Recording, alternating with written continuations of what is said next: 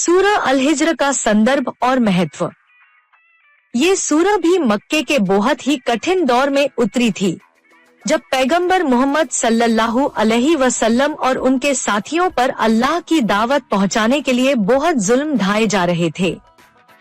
इस सूरह का नाम अल-हिज्र है, जिसका मतलब है पत्थर का मैदान या बंजर पहाड़ी इलाका। ये नाम हजरत सालेह अलैहिस्सलाम की कौम समूद के उस इलाके के नाम पर रखा गया है जहां वे रहते थे और जिसे उनके गुनाहों की वजह से तबाह कर दिया गया था।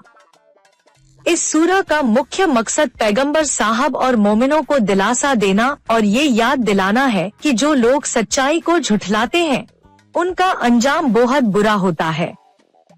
सूरह के मुख्य विषय और किस्से। इस सूरह की शुरुआत ही उन लोगों के बयान से होती है जो कुरान को देखकर भी उस पर ईमान नहीं लाते और उसका मजाक उड़ाते हैं। ये सूरह बताती है कि हर चीज का एक नियम और हद होती है और काफिरों की जिद भी एक दिन पूरी होकर रहेगी और फिर उन्हें सजा मिलेगी।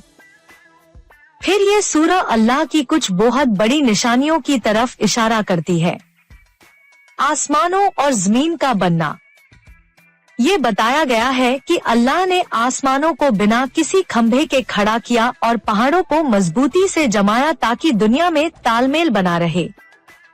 हर चीज का रिज़्क़, रोजी अल्लाह ही है जो हवा के जरिए बादलों को उठाता है और हर जीव के लिए उसकी रोजी बरकरार रखता है। इस सूरह में शैतान इब्लीस का एक बहुत ही अहम किस्सा बताया गया है। जब अल्लाह ने आदम अलैहिस्सलाम को पैदा किया और फरिश्तों को उन्हें सजदा करने का हुक्म दिया, तो इब्लीस ने घमंड में आकर ये कहते हुए सजदा करने से इनकार कर दिया कि मैं आग से बना हूँ और ये मिट्टी से बना है, मैं इससे बेहतर हूँ। इस जिद और नाफरमानी की वजह से इब्लीस को अल्लाह की रहमत से निकाल दिया गया। लेकिन इब्लीस ने अल्लाह से इंसानों को बहकाने की मोहलत मांगी और ये वादा किया कि वह आखिरी दिन तक इंसानों को सीधे रास्ते से भटकाने की कोशिश करेगा। ये किस्सा बताता है कि इंसान का असली दुश्मन कौन है। इसके बाद सूरह में पिछली कुछ कौमों के विनाश का जिक्र किया गया है, जैसे हजरत लूत की कौम, जो बहुत ही शर्मनाक और गंदे कामों में लिप्त थी। उन पर पत्थरों की बारिश की सजा आई। हजरत सालेह की कौम, जो हिज्र में रहती थी, जिन्होंने अल्लाह की निशानी ऊंटनी को मार डाला। उन्हें एक भयानक चीख सहा ने आ लिया और वे सब बर्बाद हो गए। इन सभी किस्सों से एक ही सबक मिलता है, जो लोग अल्लाह के रसूलों की बात नहीं मानते और उन्हें झुठलाते हैं, अल्लाह की सजा उन्हें आकर रहती है। सूरह के मुख्य संदेश।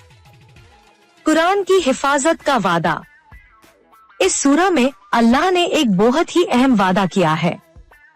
उसने फरमाया कि बेशक हम ही ने ये याद दिलाने वाली बात कुरान उतारी है और हम ही इसकी हिफाजत करने वाले हैं।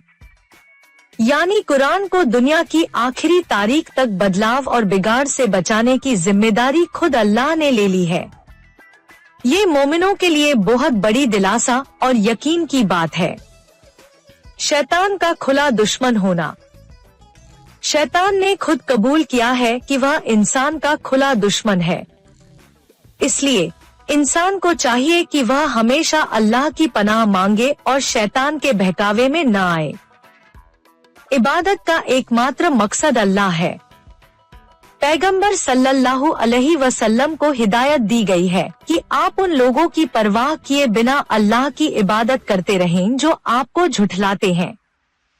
आपका काम सिर्फ पहुंचाना है, हिदायत देना अल्लाह के हाथ में है। सब्र और अल्लाह पर भरोसा। मुश्किल हालात में घबराने के बजाय सब्र करना और अल्लाह पर पूरा भरोसा रखना ही मोमिन की निशानी है। अल्लाह अपने बंदे को उसकी ताकत से ज्यादा मुसीबत नहीं देता। दुनिया की जिंदगी फानी है। ये सूरह बार बार ये एहसास दिलाती है कि दुनिया की चमकदमक और उसके सुख बहुत कम और झूठे हैं। असली और हमेशा रहने वाला घर आखिरत का है। सूरा अल हिज्र की उपयोगिता। ये सूरा हर मुसलमान के लिए एक ताकत और हिम्मत का स्रोत है, खासकर उन लोगों के लिए जो अल्लाह के दीन को मानने की वजह से मुश्किलात का सामना कर रहे हैं।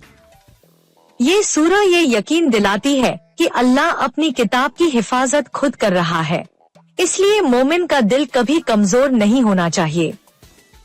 ये शैतान की हकीकत से आगाह करती है ताकि इंसान उसके फंदे में न फंसे। पिछली कौमों के हाल सुनाकर ये चेतावनी देती है कि अगर हमने भी सच्चाई को ठुकराया और गुनाहों पर अड़े रहे तो हमारा अंजाम भी वैसा ही होगा। ये सूरा दिल को मजबूती देती है और सिखाती है कि नतीजे की चिंता किए बिना सिर्फ अल्लाह के लिए अपना फर्ज अदा करते रहना चाहिए।